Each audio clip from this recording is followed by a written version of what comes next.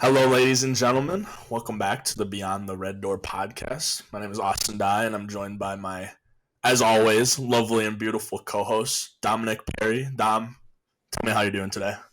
I'm doing pretty great. I feel a little stale on always being called beautiful. Like I know I am, but these adjectives, I feel like you're just kind of running off a script and it doesn't truly make me feel beautiful.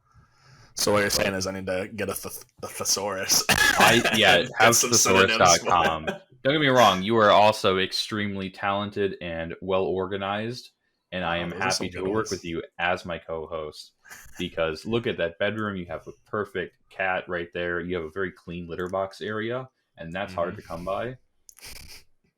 I've Yeah, seen I'm some on awful litter areas, man. I've seen mushrooms growing out of carpet. gross. Yeah, like Who I've, lets I've it seen. get that bad? Well, yeah, I guess maintaining is such a hard thing to do. So, but what do you Yeah, do? that's fair. That's fair. All right. So what I I'm hearing is next time on the rundown, I need to get a thesaurus, and we're going to. I'll put Yeah, some we'll nice like knock it out. syllables up there. Yeah, we'll knock it out for the viewers here. We'll kind of switch it up here and there and see if they can catch on. Like we'll get some like really fancy words going. For sure, for sure. We got a really good episode for you guys today. We're gonna just do a little life update, kind of talk about some stuff. We have some like Greek life stuff in the news that we kind of want to talk about, and then we have a really awesome guest that's gonna be coming on and joining us. Our previous chapter counselor, Mr. Nick Kirby. And if you guys have seen this episode, obviously we just had you would have just saw that we just had the episode with Ian Seidler, the new chapter counselor. So.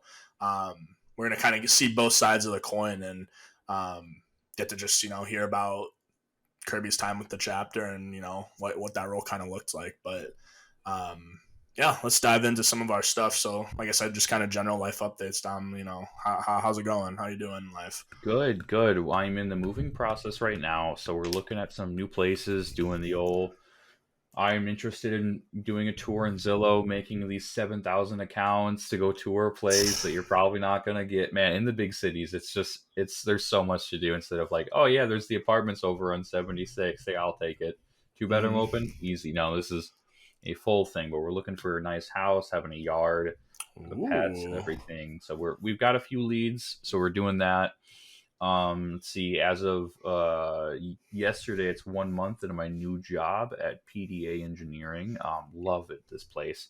Everyone's young, it's a fresh place, it's really cool what I'm doing. I'm Love learning that. so much, so it's definitely a whirlwind of information and a lot overwhelming in a good way. I don't know how to describe that, but Mm-hmm. it's so much coming at me, and it's really refreshing to have all of that instead of just mundane work. Cannot do that. Let's see. Other than that, just been really working on myself. Doing good mental health wise, doing good physical wise, except I'm really lacking in core. But don't tell anyone about that. Bro, you should just get one of those like Girdles. back straightener kind of things where you're just like Oh, sitting up and actually, sticking it in. no, no, no, no. So a way to actually your posture. Everyone says like to pull out your shoulders. What Yeah. you do is it's kind of like straightening like your midsection. So kind of like putting your hips a little forward and then kind of back like that with like your Oh, gut. Yeah, so like that's the better way to do it to straighten your back, so you're not like just puffing out your chest very and interesting. straining your back muscles. Like it's Let me, it's a let me, real let me thing try that it. I've been looking into, and I like when I'm walking or just standing there, like it feels really comfortable and natural. Because I sat at a desk all day, so at the end of the day I'm kind of Yeah, looking like a shrimp, just kind of hunched over and whatever. But it that's really really fair. helps your posture to do that. That's definitely I something you gotta should I do. gotta be better with it because like first off, my posture is terrible, and like I also sit at a desk for a majority of the day, but I work in the schools that have no money, so like I don't have nice like desk chairs or anything. I have these like crappy plastic chairs, Oh and so I'm man, like sitting there like, oh my god, this sucks. Like I gotta get up do and they move give you like around. the chairs that the students use? I mean, essentially, it depends on the building I'm at, but like Do you? you know, But you get the good back cracking chairs though, right? oh, those are great for back cracking. That's for sure. Yeah. They're like the nice plastic ones. You can just hit one of those like nice, like deep, you Yep. know, Yep. back breaking back Yeah. cracks. Absolutely. uh, well, I'm glad to hear that. Life's going good and that got a Yeah. new job. looking for some apartments or houses, I guess too. Like that's exciting. That's always a fun Yeah, time. This is the perfect time for it too. Weather's getting nice and we're looking at like May June area, so we can save up money. You don't have to worry about like, oh smart well, yeah, just to get it all done with, because I'm just so tired of dealing with it's just that stress of going of all these houses, and now you have to front like $6,000 for a down payment on that. for sure. Yeah. But we're finding something, and we got some leads. But how are things with you? Let's hear about this. Let's hear about Shelly. Let's hear about you.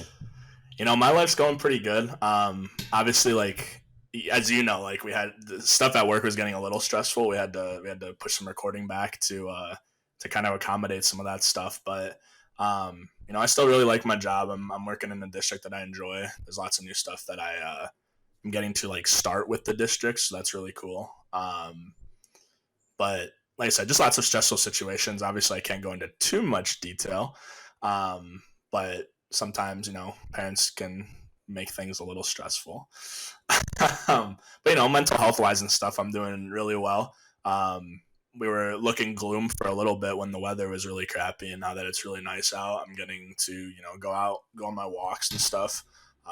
That's one of my daily occurrences. It's a fantastic time. So I had a nice little like 4-mile walk today after work, and it's very nice. Good.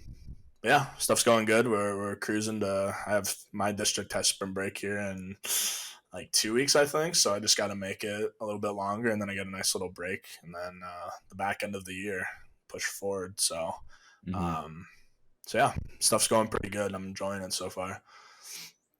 It's good. That's awesome to hear, man. Glad things Thank are going you. well. Glad you're getting those walks in. I'm really bad about that. I think I do about like 10 minutes at the gym and then go straight to working out. But I've been trying to take my partner's mom's dog out for more walks. I'm exploring a bit more of like the central Minneapolis side, and it's really cool. But I don't know anywhere, and I feel like I'm gonna get lost if I take a corner. See, I go on the same route every day until like it gets really nice and I can start going hikes on the weekend again. Yeah, Yeah, there's something about like going on these walks. Like it's nice to just be in nature. Like I throw my AirPods in, choose whatever playlist I'm vibing to on the day, and then I just start cruising. Like yeah. nuts. Do you update your phone yet? With new iOS, they now have. Hold on, this is really cool I use Apple Music, and what they've started doing is just doing like it's just the daily personalizations now. They're now catching up to Spotify, and I'm having Okay. so much fun with it. I mean, I still don't use Apple Music, but like, I haven't updated it yet. You were texting me about it earlier today, and there's There's some so other much cool cool stuff. stuff. I don't know. I'm a fan of technology. I'm a fan of software. Mm. That's why I stick with Apple. The consistent updates, the security, fun. Yeah, no, that's fair. That's fair. The update will go through tonight. That's for sure. Mm. All Um, right. So let's get let's down get to into brass tacks. what was that? Let's get down to brass tacks. Brass tacks. I haven't heard that before. I don't know. What do you mean you've never heard brass tacks before? Brass tacks. Please explain. BRASSTAX. Brass tacks. That's like Brass. a normal let's get down to the main business. Hold on. Hell no. I'm thinking like let's get down to business. Like like Yeah. So Beahan. well, this is okay. Okay, it's literally just to start discussing the most important details or facts about something. I don't know the etymology Bruh, behind it. I've never heard this before. There is Brass no tacks. way you've never heard that before. That's I haven't. normal. Oh my god. Okay, That's you know what? interesting. I'll add it into the vocabulary now. I'm gonna hit somebody with it tomorrow and see. Oh man, when you're talking to kids, you gotta have like No, a no, five not kids. It'll be phrases. adult. It'll be adults. I'll just hit them. Okay. Like, let's But get to like the brass tacks of this meeting. Just be like, what the fuck are you talking about, Austin? You're crazy. You're faded. all right, but anyway, just don't say that. yeah. So Austin and I wanted to bring up something a little bit more important, in a more serious tone, like rather than just the general interviews, but like along with our intros, this is something that's kind of important and it kind of relates to us. So first and foremost, if any of you guys haven't heard, University of Maryland shut down all of Greek life, all suspended, no events, no contacting PNMs, potential new members, no contacting anyone outside the organization for the organization, anything about the organization done. You're done for right now. Mm-hmm. So it's that with University of Maryland College Park. There's really no going forward, leaders have asked, other people have asked, parents have asked, everyone has really asked them to lift this blanket ban and so social activities with it, but they're really just kind of sticking with it. And it's the university's decision, but that's 35 Greek organizations. The reason for this was because a lot of hazing allegations, a lot of drinking allegations, a lot of people going against the bylaws.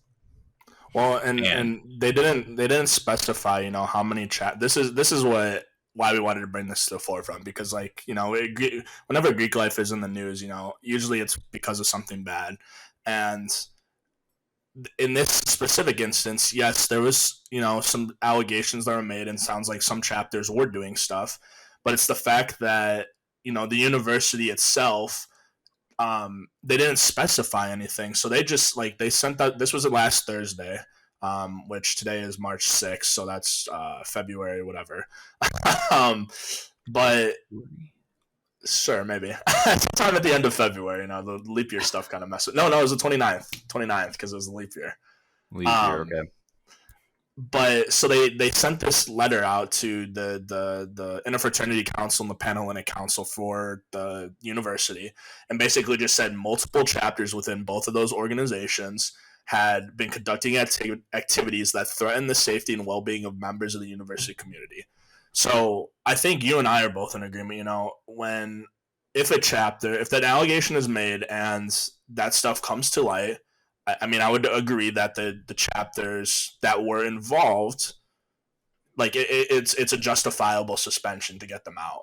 My issue with them doing this is that, again, you said, it was a blanket ban on all of Greek life. So you said there's 35 chapters there. Even if only say a handful, 3 IFC or 3 Panhellenic chapters did something, the fact that those other 30 organizations now are completely also suspended for literally doing nothing.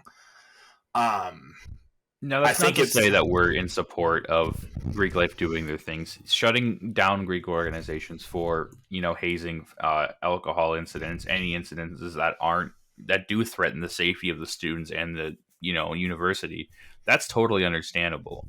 But there's a lot of talk about that, whether they've overreacted to shutting down all of it. University of Virginia's IFC said that were going to also suspend for 3 weeks. While that is a little bit different, it's still, no one really knows essentially what these were, and that's what's taking a lot of people's stances of things going too far. But that kind of rolls into is what Greek life is in that stigma. Are universities involved enough to where they actually know what's going on, or are they just operating off of their own fears and just general thoughts?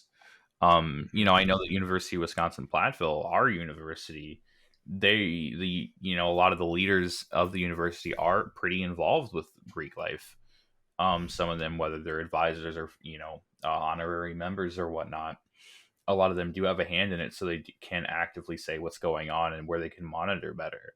And maybe that's definitely something that Austin and I have, had the thought of: should more universities be involved? Are universities too out of the loop of where they're just doing this? I think it's important that, like you said, we make that distinction. The universities definitely should be involved, and it's almost beneficial to have them involved, because then they can help with monitoring some of the stuff that is going on. Like I said, I just think that this decision by the University of Maryland, it sets a bad precedent going forward, and it really should be ringing alarm bells among Greek life everywhere. Again, simply because of that fact that they're not. It seems like they're not afraid to shut down and suspend all these chapters for the wrongdoings of one other chapter on that campus. That would be our, again, we related to Platteville. It'd be the chapter getting shut down for not doing anything when one of the other fraternities or sororities on campus did something, and leading to that whole shutdown. Like I said, I just think it makes the stigma of Greek life worse, because people probably aren't going to investigate this too much, and they're just like, oh, the university shut down all the Greek life. They obviously were doing stuff that they weren't supposed to be doing. Um, so there's that. But like I said, like it just sets a bad precedent. Like we don't know how this is going to look going forward. Like, you know, other universities might fall in this step, and it's like, oh, this is our end to, hey, we caught one of our chapters doing something. Let's just shut down Greek life as a whole. And I think we already know, like, Greek life numbers in general seem like they're going down, and like like the people that are interested in it is not as prevalent as it was in the past. And this is just another, you know, again, like nail in the coffin, I'll almost say, to just Greek life in general, just being like done at universities.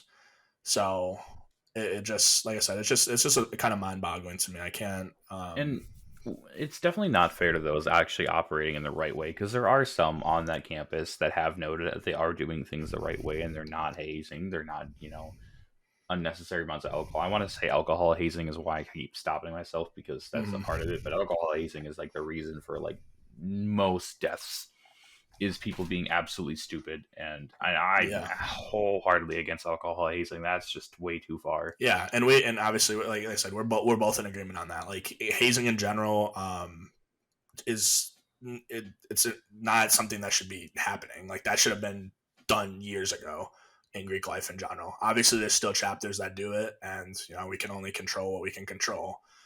Yeah, it just, you know, it's a shocking thing. And I just hope this can be a wake up call. I mean, I hope that anyone that's listening can at least, find a way to communicate to those who are operating either in a wrong way or still operating in the right way, to keep talking and bring this up, that first and foremost, you are never immune as an organization. Secondly, as an organization, it is your duty to carry out what you set in your goals. A lot of fraternities say they're building better men for tomorrow. They're this and that. They're building balanced men, better men for the future. In that sense, and then do it. Say what your organization is built on. Work to build the best individuals, and that's why they're generally allowed, because you are building a lot of the leaders of tomorrow. Stay true to that. And then, finally, look after your brothers, look after your sisters, whatever your organization has, because, everyone needs to get home safe. Everyone needs to be a part of this organization. You all have these similar beliefs, and you're really, we're getting headhunted in these situations. And that's because a lot of these people aren't operating the right way. They're operating off of, we can do whatever the hell we want. Yeah. I think I don't really have any more thoughts on the topic. Do you have anything else that you kind of want to talk about there? Kind of, actually. Like, there's a couple things that I wanted to discuss about it. So there's this podcast, I believe it's called Snapped. And so, like, that was Lucy. So Lucy Taylor, she was a former sorority member at UMD, and she created this podcast in 2020 that talked about her 4 years experience of that. But she experienced a lot of trauma in that.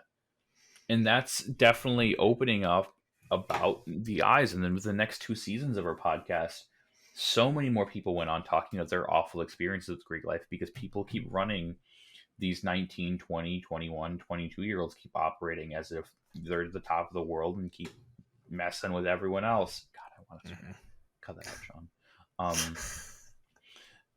It's just, I don't know. I think it's just something to note, though, to keep your eyes open. And this is stuff that still keep happening in the world. And it's so disheartening to hear, because I know that we both have had a good experience. We both never had to experience hazing in any way, shape, or form.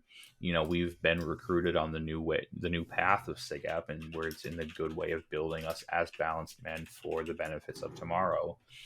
But it's just, I don't know. It's hard to hear. And please, if you're listening, there are good ones out there, but keep communicating so everyone can be a good organization. I was about to go off of that and name some, like you said, like this is stuff that's still happening, and it's happening within, other SIGAP chapters as well. Like there's been a couple of chapters in the news recently that have been, suspended for still engaging in some of these behaviors. And so Again, that's obviously like we're all part of the same overarching national organization, but it even shows that within that organization, there's still people that have differing values. However, I wanted to react to this one because I just looked it up and I thought it was interesting. According to this newspaper for the University of Richmond's Sigma Phi Epsilon's Virginia Alpha chapter, our founding chapter, got suspended today. Really, the chapter, the OG chapter. Yeah, they've been temporarily suspended for alleged hazing activity. This for people that like this is the first I'm hearing of this. I knew about a couple other chapters, but according to this, it says a video leaked of members engaging in hazing activities. So again, just going back to that, like that is our founding chapter.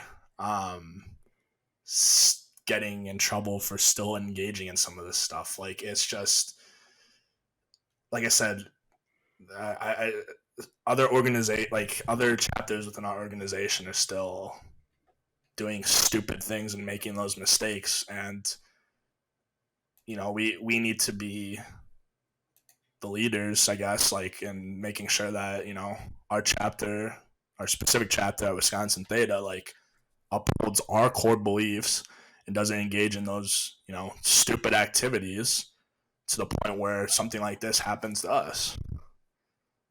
So that's that I cannot believe Fix it that. before we're done.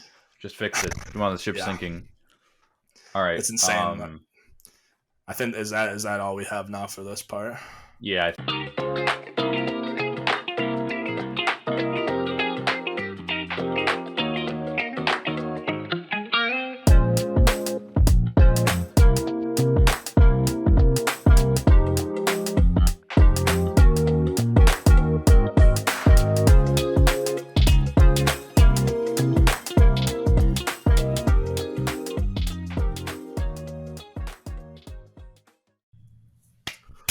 And we're back now, joined by our special guest here, Mr. Nick Kirby. Nick, how are you doing? Hello. I'm doing well. How about you guys? Doing good. We just had a long conversation talking about everything going on with UMD right now. Okay. And they shut down all of their, essentially suspended and shut down all of their Greek life without any notice or warning, without like saying because of this, it was just a blanket ban on everything. So we had a bit of discussion on that, but otherwise things are going good. It's warming up. It's March. I love March. Right. Yeah. Been that crazy winter. Mm-hmm. For sure. Yeah, no, we had a long discussion there, and then right at the end we noticed we saw that the Virginia Alpha chapter got suspended today for hazing. So the SIGEP one. Yeah, the SIGEP one, sorry. So not a great look. But no, definitely not. Wow. Yeah. So Nick, you've been I would say a figurehead of the chapter for a while here, but for people who don't necessarily know us, why don't you kind of tell us about yourself a little bit? What you did in college, like where you're at now, kind of thing, and then we'll kind of dive into some of the SIGEP stuff. Yeah, of course. So I can start with when I graduated from UW-Platteville. So I graduated May 2013. Joined SIGEP fall of 2008. That's when I started school as well. So I was a 5-year. That most people now are our days, so it's all right. And then for work, right now I'm a senior engineer, controls engineer at Exact Sciences. So I work with all the automation, robots, etc. for our processes. The degree I got is some convoluted degree, but hey, it got me where I'm at. It's like the manufacturing technology management. And then from there, you choose like your emphasis. So that was manufacturing technology. And then from there, you kind of choose different minors to really narrow down your field. So I got it to controls, which is like robots and PLC programming and like kind of basic electrical engineering type things. Oh, That's pretty cool. I didn't actually know what you did for a job. And to know Yeah. that you like do all this stuff with like robots and stuff is Yep. really awesome. I also didn't realize that like you have been in the chapter like that long ago. I don't know why I was like, oh, like Kirby joined probably in like 2010 or 2012 or something. Right. Yeah, it's because being chapter concerts, I'm sure we'll talk about. I've been with both of you guys when you were in undergrad, so Mhm. I was there all the time, at least Yeah. virtually, and so you just knew me and you just assumed. And I know how to Yeah, it be was like because I guess somewhere around 2010. I was like, give or take, Kirby's just kind of been here. We just know Kirby. yeah, Yeah. right. So yeah, like why don't you tell us about, how did you get started with Sega, sorry. When you did. Like what kind of led to it? Yeah, of course. So when I was applying at UW Platteville and got accepted, then I got the well-known Balanced Band Scholarship call and like invitations and stuff. So I'm like, yeah, money, I'll apply. Not thinking like, nah, I won't join. I'm just gonna apply. It's money. Why not? And then I remember they helped me move in because I was a semifinalist. Um, so they helped me move my stuff in to my dorm. And my parents love that because they're like, hey, less work for us. And then they kind of started they invited me to like some events they're having. And I was kind of like, yeah, sure, I'll go check it out. Don't really know anyone and start just, meeting people right away. So I started going to the events and then just kind of hearing about the Balanced Man ideal and meeting people. I got really interested in it. Um, and then with the blessing of my parents, because they were very supportive and helped pay for dues for me for my whole college career, which is not everyone gets that luxury. Hmm. I joined the chapter.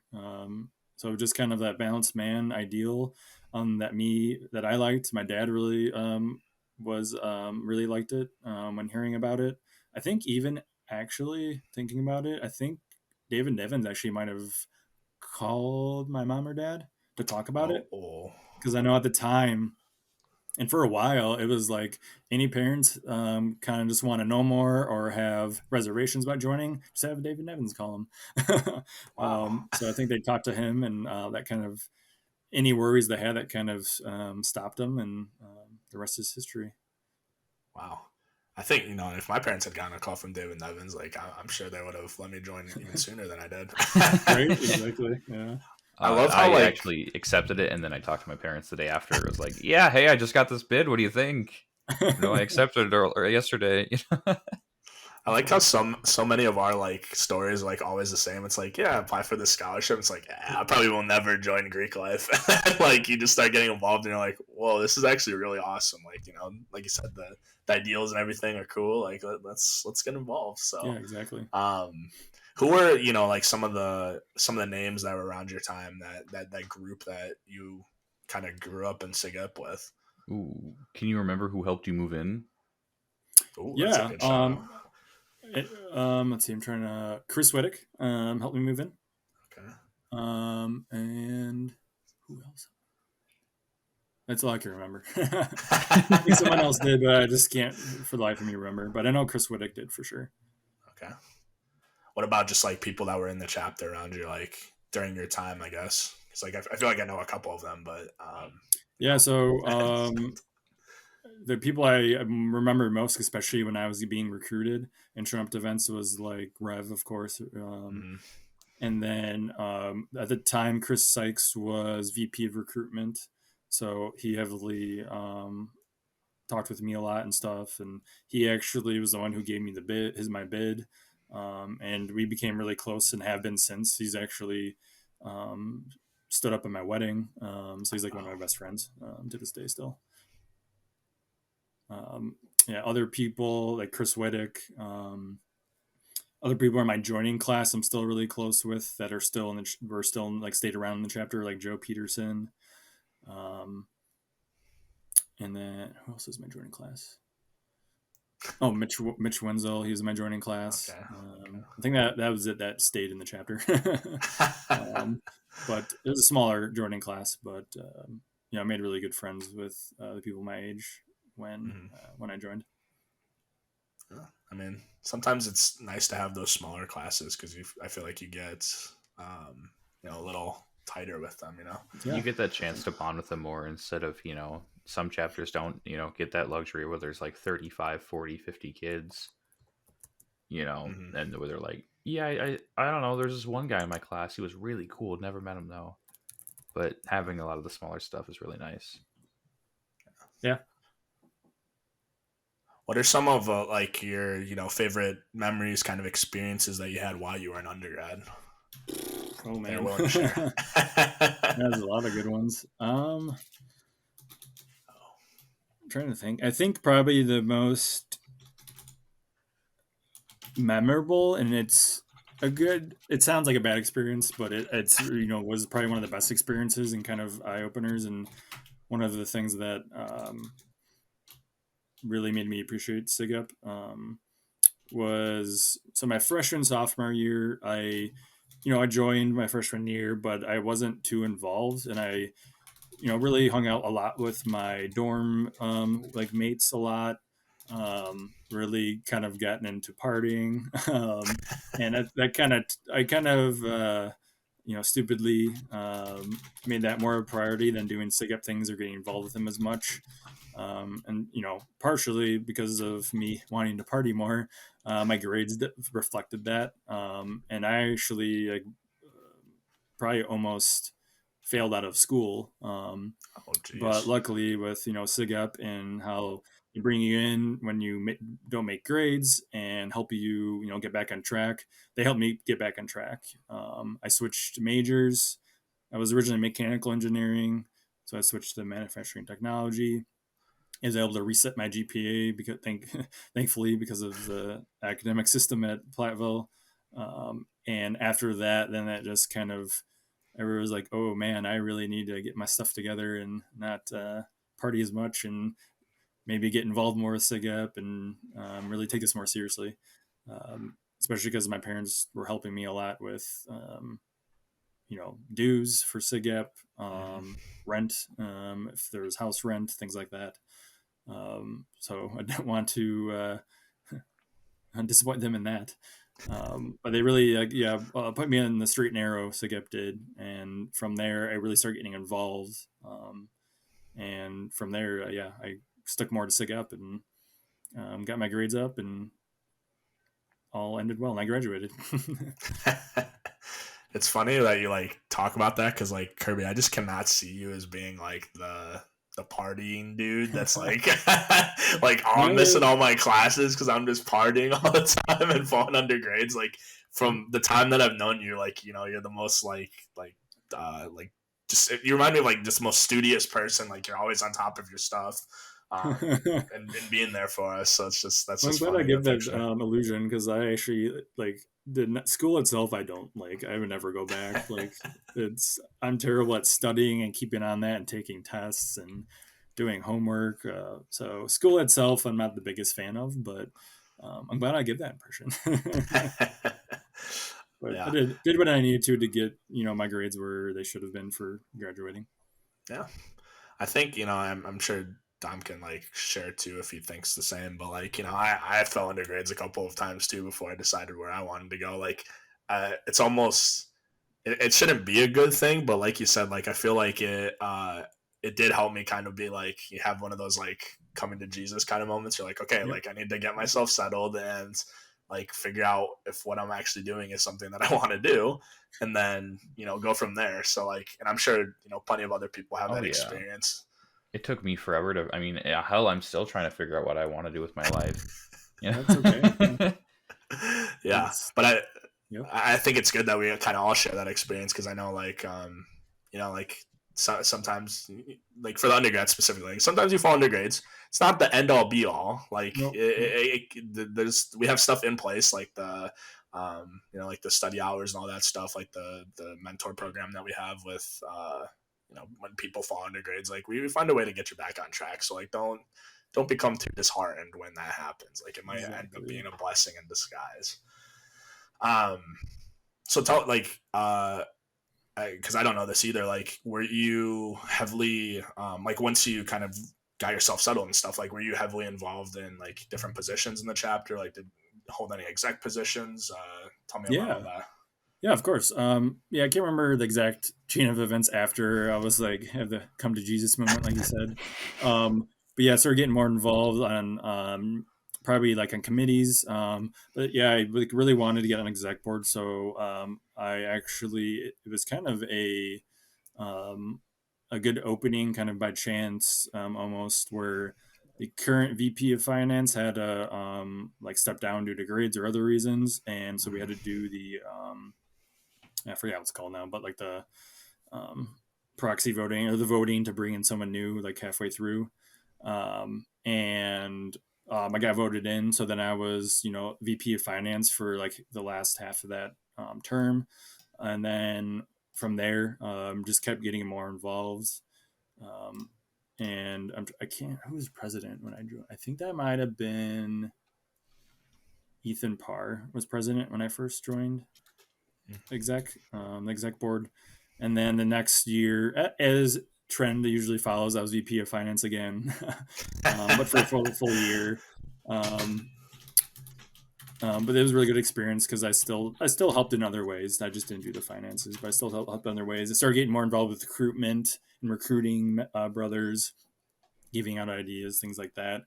I think at some point in that time too, some of the older brothers who I looked up to, like Brian Kirschbaum, for example, convinced me, which he didn't really have to twist my arm very hard, to join SUFAC.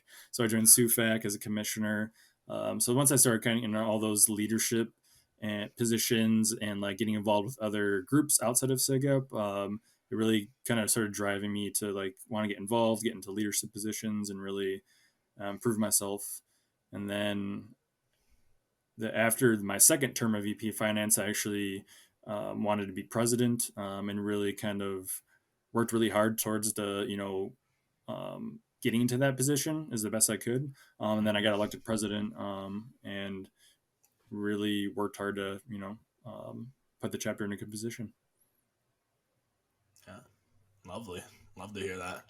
Yeah, the finance stuff is funny because that's usually how it happens. Like once somebody gets locked in, it's like that's a life term. Your life of your undergrad term, like you are staying on until you can no longer. Right. Yeah. Luckily, it seems recently the undergrads don't do that, but that for like a trend that for a while, yeah, it's like, oh, you're VP of finance now for forever. Yeah, the running joke is once you're finally done, we still want to nominate you, and just in case, stick around. Yeah, no kidding. I mean, heck, Dom's the current elections chair for the AVC, and he mentioned nominating some people for our treasurer position. We are looking for a treasurer soon. Who is that? VP of Finance before. I mean, that's pretty much all the experience you really need, right? Easy peasy. Not to, you can balance a checkbook, you can do it. We're only putting that out there, like Mr. Willie Kunai. Like you've been doing a fantastic job. He has. He's been doing it for a while. He's ready to step down. He deserves that opportunity to step away from it. So I think he's put it in a good spot. Yeah, he's done a phenomenal job with that role. And whoever fills his shoes has a lot to fill in. But I think he'll leave it in a position where they can be successful and do what he did. I agree. So I guess kind of jumping into a lot of this stuff, so SIGEP's new motto slogan thing is talking about raising the bar. And that's what, when we bring in a lot of these, new PNMs as brand new brothers, we want them to help raise the bar and keep setting us 1 foot apart from everyone else. Did you feel that you had like any raising the bar moments? Or I guess like when you had your coming to Jesus, like what made you want to take everything up a notch? What made you, when you decided to be president, to raise the bar to keep SIGUP going forward? I will say I just missed the last couple minutes. It froze again. Oh, so okay. So Sean, do your magic. But so SIGEP's new slogan and motto is talking about raising the bar when a lot of undergrads come in and a lot of PNMs come in. That's what SIGEP wants them to do, is take it to the next level. So when you decided to become president, or when you had your coming to Jesus moment, like what made you want to really raise the bar and, go take SIG up to the next step? Yeah, I think kind of seeing the success of other SIGEP chapters, and then Barton was still pretty involved. He always talks about raising the bar and being the best we can be. Um, so I think a lot of it is just the older mentors. I think is kind of what, now that I'm talking out loud, what it's leading to. Is all the older brothers or mentors in the chapter already, or maybe if they're alumni, wanting us to raise the bar, and then kind of wanting to meet that for them, and as well seeing past, when I was running for president, seeing other people running for president, their like ambitions and goals for the position, seeing past presidents, like Brian Kirschbaum before me, and then Ethan Parr, seeing their aspirations for the role and where they want to see the chapter, and me, and like, well, we didn't quite get there, so maybe I can help get us there. And just, it's a little bit of it selfishly is like you want to kind of leave a legacy a little bit, and kind of be known a little bit for like helping out the chapter and bring it to a good spot. But so a little bit is that, but a lot of it I think is what motivated me, wanted to raise the bar, is all the mentors, and then you know there's things about the chapter that I'd like to see improved. So just being like, hey, now I'm in a position where I can do that myself.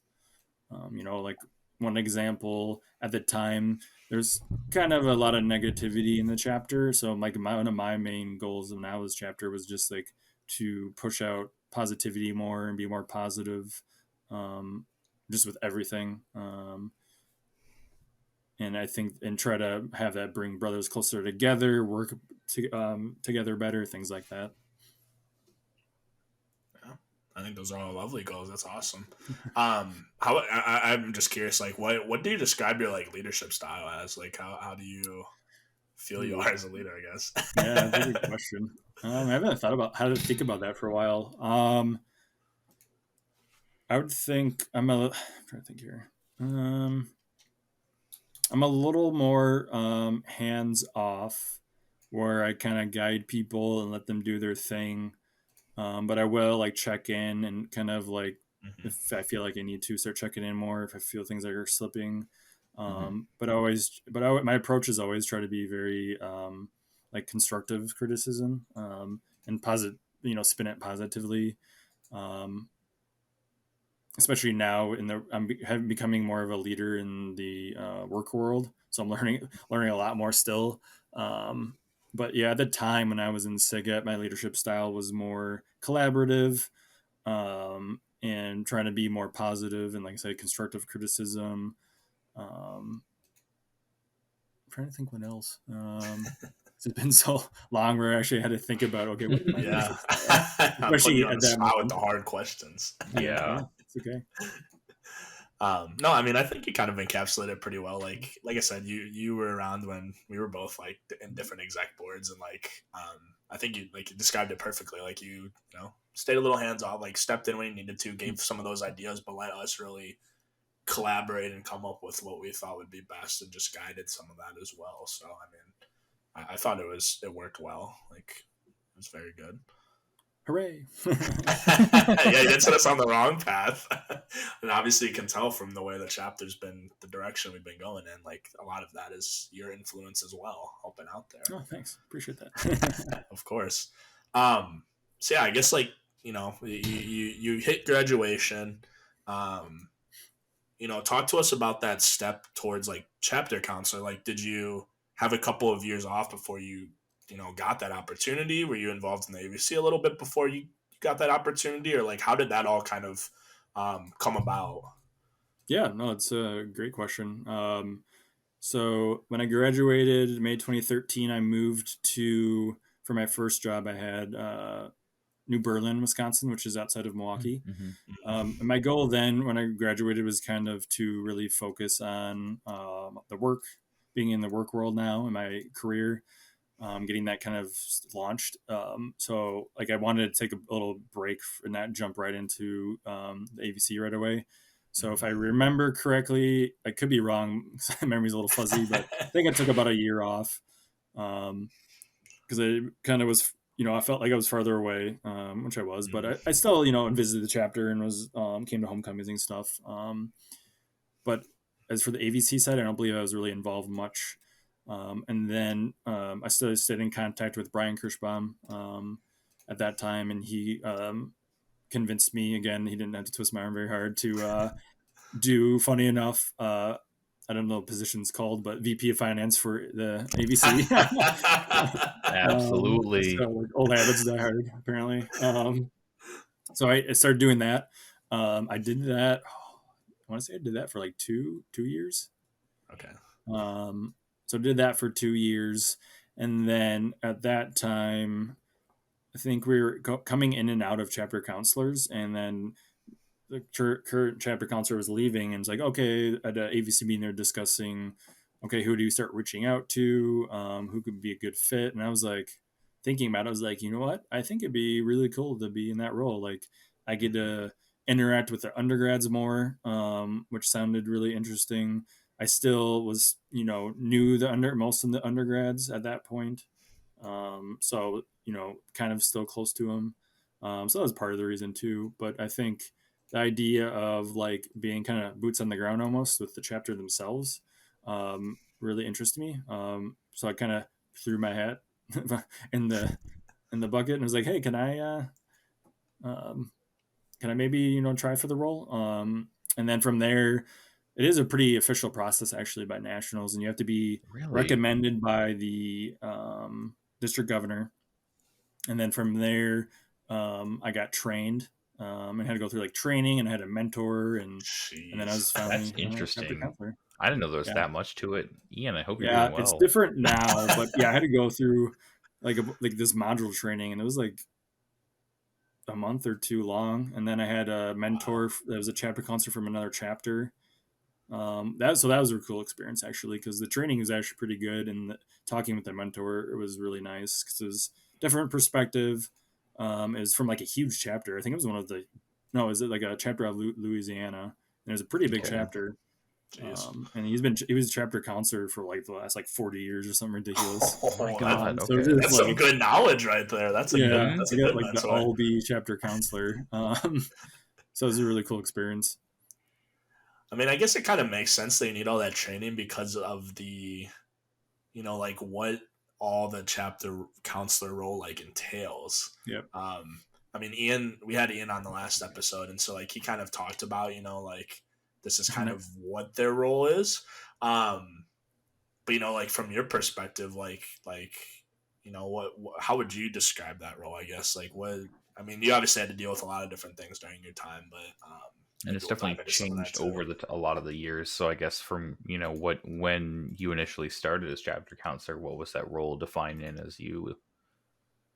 Yeah. So the role kind of defined and how it's done in the past with our chapter at that time when I started was kind of, okay, you go to exec meetings when you can, and then you kind of just guide the exec board on and help them achieve their goals in any way, and make sure they're not doing things they shouldn't be. So when I was kind of when I joined that, and talked to that mentor through nationals, they also mentioned he gave me a lot of good things and ideas of how to approach the role of like, hey, make it a chapter meetings if you can, be present as to many events as you can as possible. Although it's difficult for someone working full time, but do what you can. Things like that, and I kind of developed it as kind of like a fly on the wall a little bit, where I go to exec meetings and chime in if I feel like I need to, or just pipe up with my opinions. And if there's any red flags, I just kind of like make it come to a screeching halt and be like, whoa, let's not do this, or let's think about this, or you really shouldn't do it that way. Things like that. But also encouraging, helping them find information if you don't have it.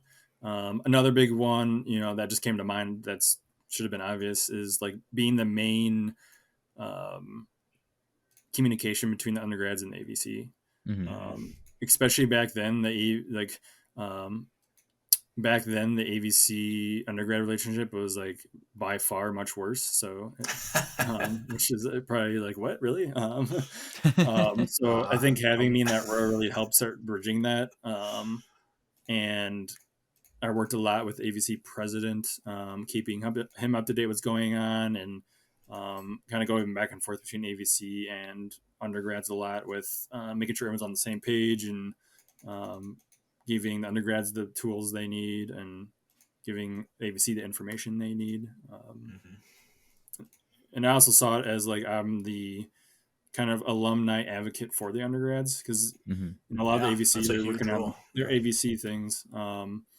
Their purpose is to help the undergrads, but they kind of have a lot of their own stuff to do, where the chapter counselor is just, in my mind, essentially at that time was advocate for the undergrads, for the alumni.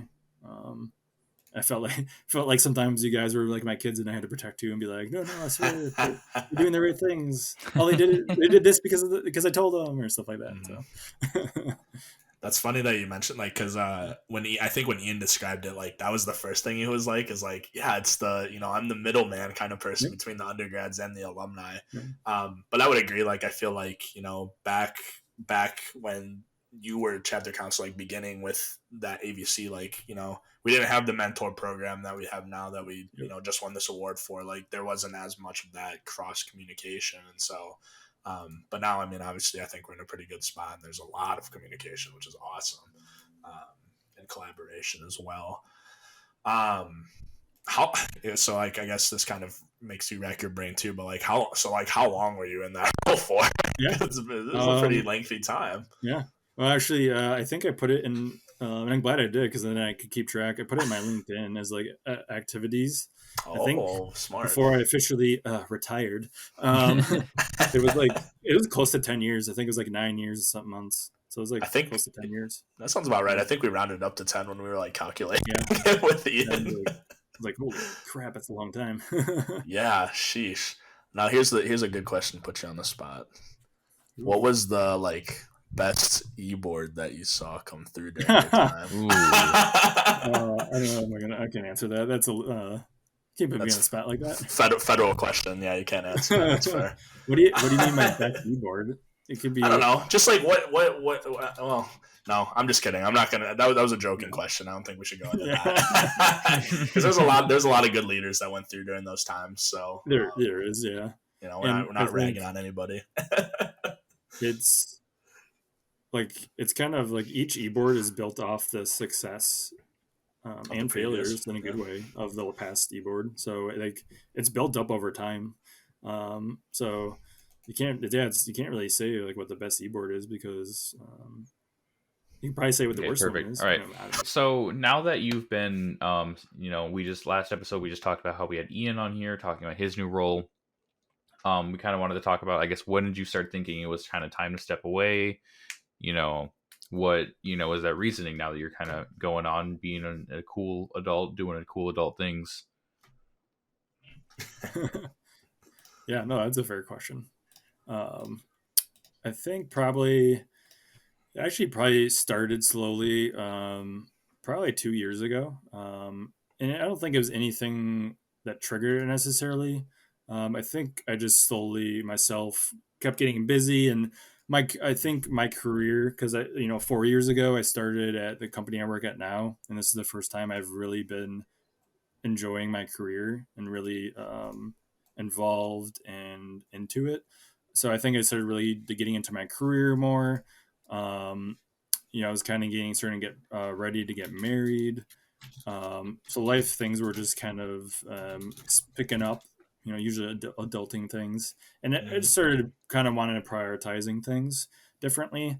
So that's kind of where the thought started coming in. And then I also noticed that kind of my involvement as chapter counselor, and I'll admit a little bit of the effort and work I was putting in was kind of lacking.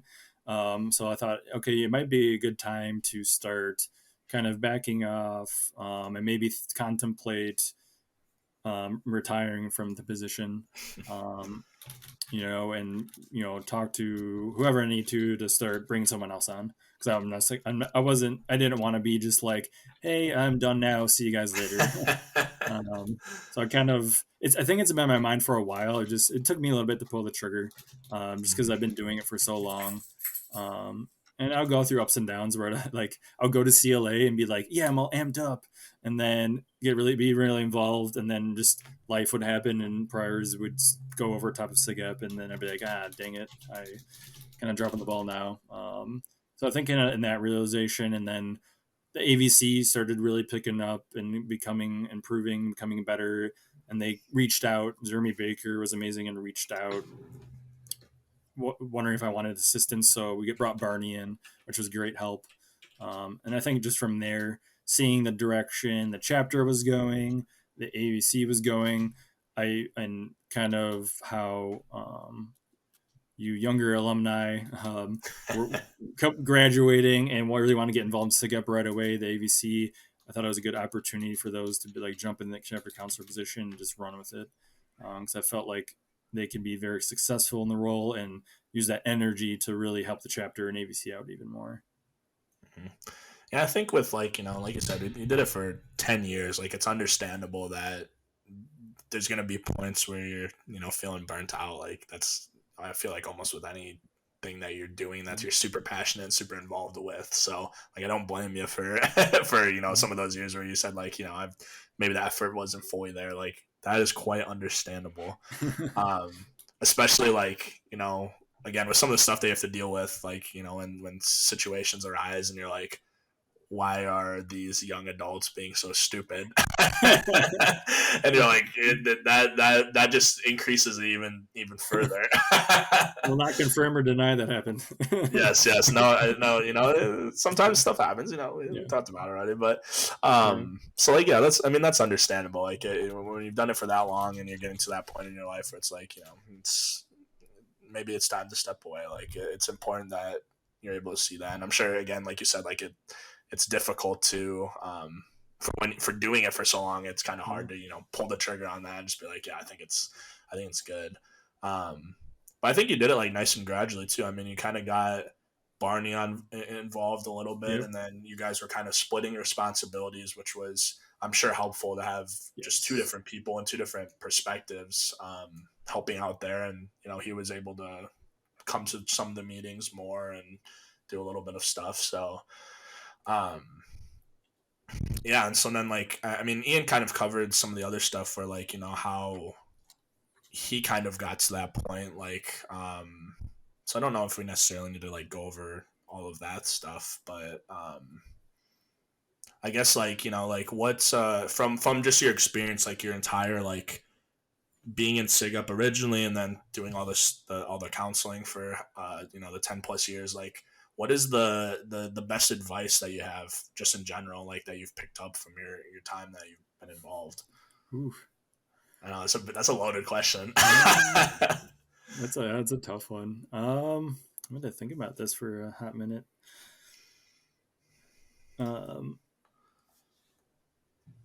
Yeah, I think one of them that pops in my mind right away is kind of when we talked about in the beginning about how like I almost failed out of school, and SIGUP helped turn that around. Just like, it's okay to make mistakes. You're gonna have failures, especially when you're in SIGUP. You have brothers there who will help pick you up and get you where you need to go. So always try to like power forward and do what you need to do to get back in the right place. That's probably something to learn, not just for myself from being an undergrad, and then through chapter counselor and through SIGEP with the undergrads. Yeah, I can't really, nothing pops in my head right away about best advice. Never really had to think about it too hard. Man, I wish I could. I almost had to say pass because for some reason I can't think of anything. No, I mean, you just gave a good one there. Yeah. I think we probably shouldn't have put you on the spot like that. That's but okay. I think you gave good advice. And I mean, really, the good advice that you've been giving for the 10+ years that you were the chapter counselor. And so, throughout this whole, this whole interview is you've been definitely giving advice here and there. Yeah. Yeah, that's a good point. Yeah. I guess like my question that I have next, like obviously you're stepping back a bit more. Where do you kind of see yourself going? Like, are you gonna take a little break from SIG up here and then try to maybe reintegrate back into the AVC? Do you have any ideas about any of that stuff? Or you just like, I'll just back up a little bit. I know we got you on some of the meeting invites now for the AVC meeting, so like I kind of assume that maybe you're doing a little dwelling. You're kind of dipping your toes in. That's a good word. That's what. There you go. I think probably my plan is not to, like, I think I'll still like try to come to homecomings, come to banquets, call in AVC meetings when I remember to, or if I have time to. But I think probably outside of that, I probably will take a little break and won't do much more than that. I do know I am, I think, maybe officially the backup elections chair. Yeah, we should discuss that at a later date. I don't know if, However, I think it's by next month, by the next ABC meeting, we both should have a conversation at some point. I have been putting that off. However, we are going to have a conversation before the actual elections. Yeah. We have time there. Yeah, I do. I think though, like looking in the future, I'm not sure when it'll be, but I think I would like to get back involved. And this time it'll probably be with the AVC, whether it's just joining, just coming to all the meetings, or maybe I can be a mentor, or maybe I actually could look into getting a position. But I think I would want to join the AVC side.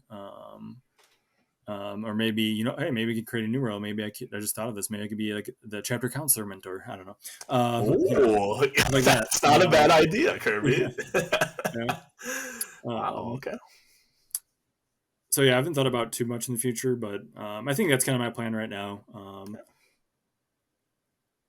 Yeah, I mean, like I said, I think you've well put in your time to the organization, and like I said, over the past couple of years, like we've hit this next level, and we're still raising the bar, and so I mean, you were a staple in kind of getting some of that to that point. So, I think you deserve a rest and a break from everything, and letting some of us younger guys kind of take some of that weight off of your shoulders, and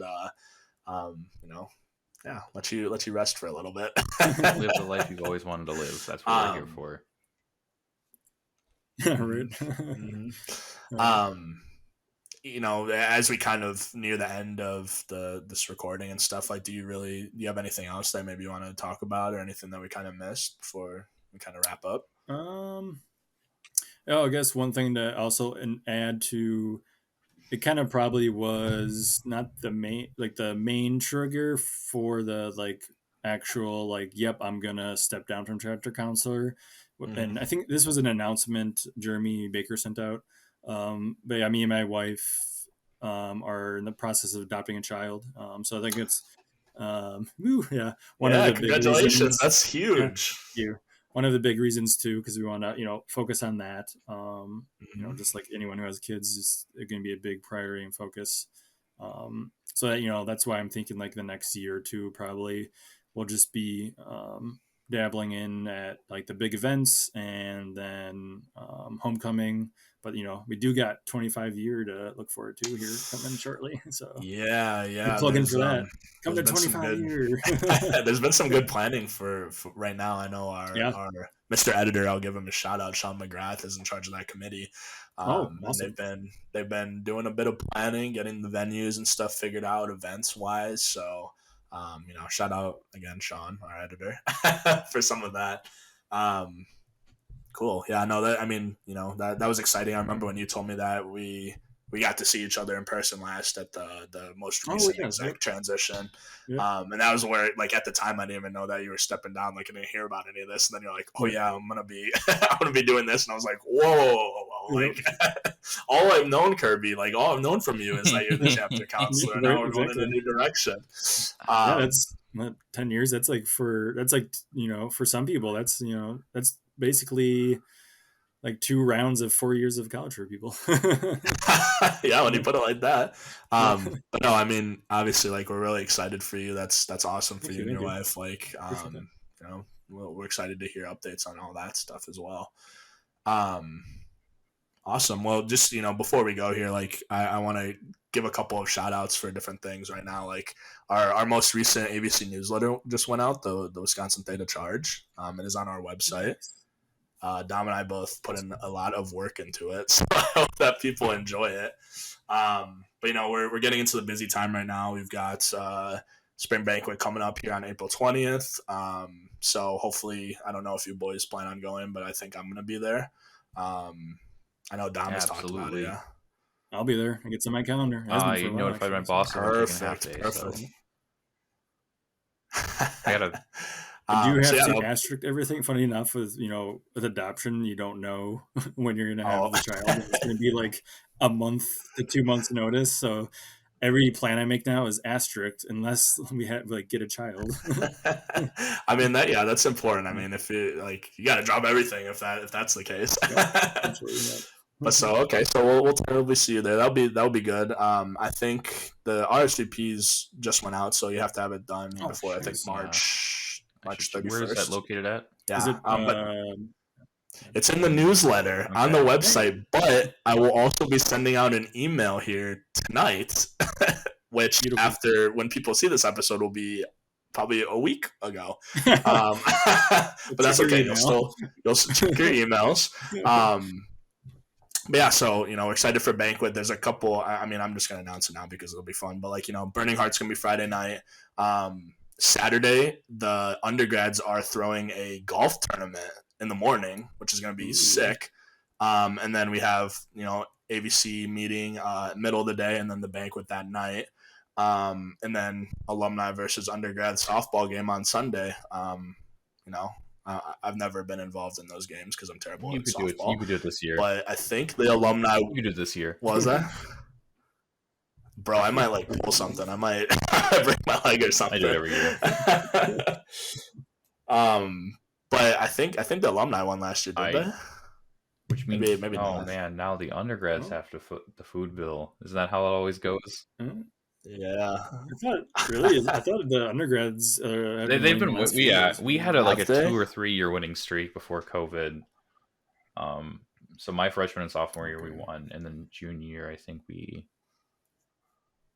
That's because we had some damn good. I know now, but now we have Chad chapter at the time.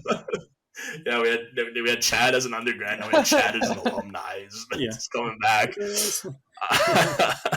But yeah, so spring break went. That should be exciting. Some of the other stuff that's going on now too, like ABC News. Like if you're interested in getting involved, you get a discount at banquet, so that's nice. So that if that doesn't incentivize you to join, I mean, we've got plenty of other opportunities, and just give me a ring or message Dawson Van Winkle, our recruitment kind of person, and we'll get you hit up with that. But yeah, I think because last time I got my suit put on, I was definitely a little bit heavier, so I need to get that. Otherwise, the suit's going to look really ridiculous. So get your suits tailored if you haven't done that yet. Get them washed. Tailored. The last thing I have to say. The last thing I have to say here, it's also in the newsletter. With the spring banquet, we have our silent auction as well. Very huge. This year we have some really awesome items up for grabs.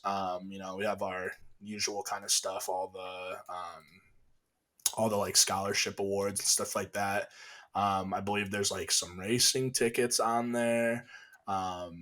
Some different SIG Up apparel. There's some what is this? Metallica Black in 72 Seasons limited edition alcohol, probably donated by Mr. Chris Yergis.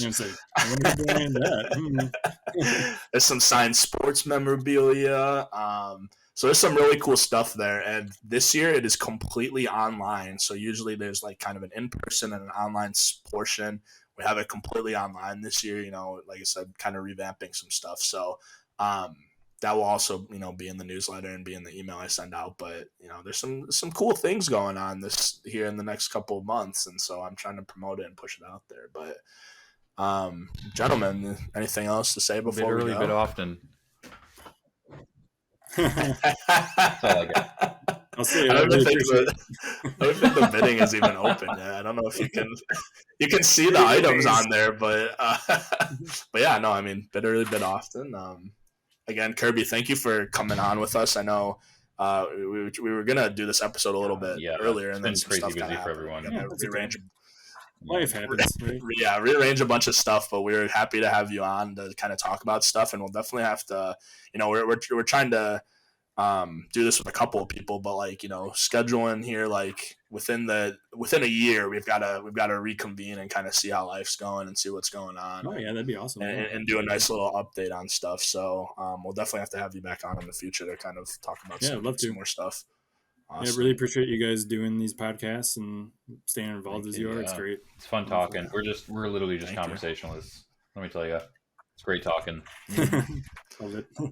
And it's just, I mean, we've had a couple episodes where we talked about this, but like, it's just, I mean, the reason we wanted to do this is just to like meet other alumni and like get, talk about stuff. Like, obviously, Kirby, I've known you for however many years since I joined, and like, but I don't know all those small details, the basics. Never got down to some of that stuff. So to be able to chat about that and hear everybody's stories and how intertwined some of the stuff is, and it's fun. It makes it fun. Yeah, exactly. Awesome. Well, again, thank you, Kirby, for coming on, and Dom for still being a amazing co-host. I was trying to think of another synonym, but you Austin are a phenomenal co-host. Thank you. Sweet. So we'll see you guys in the next episode. Peace out. Thanks, guys. Bye.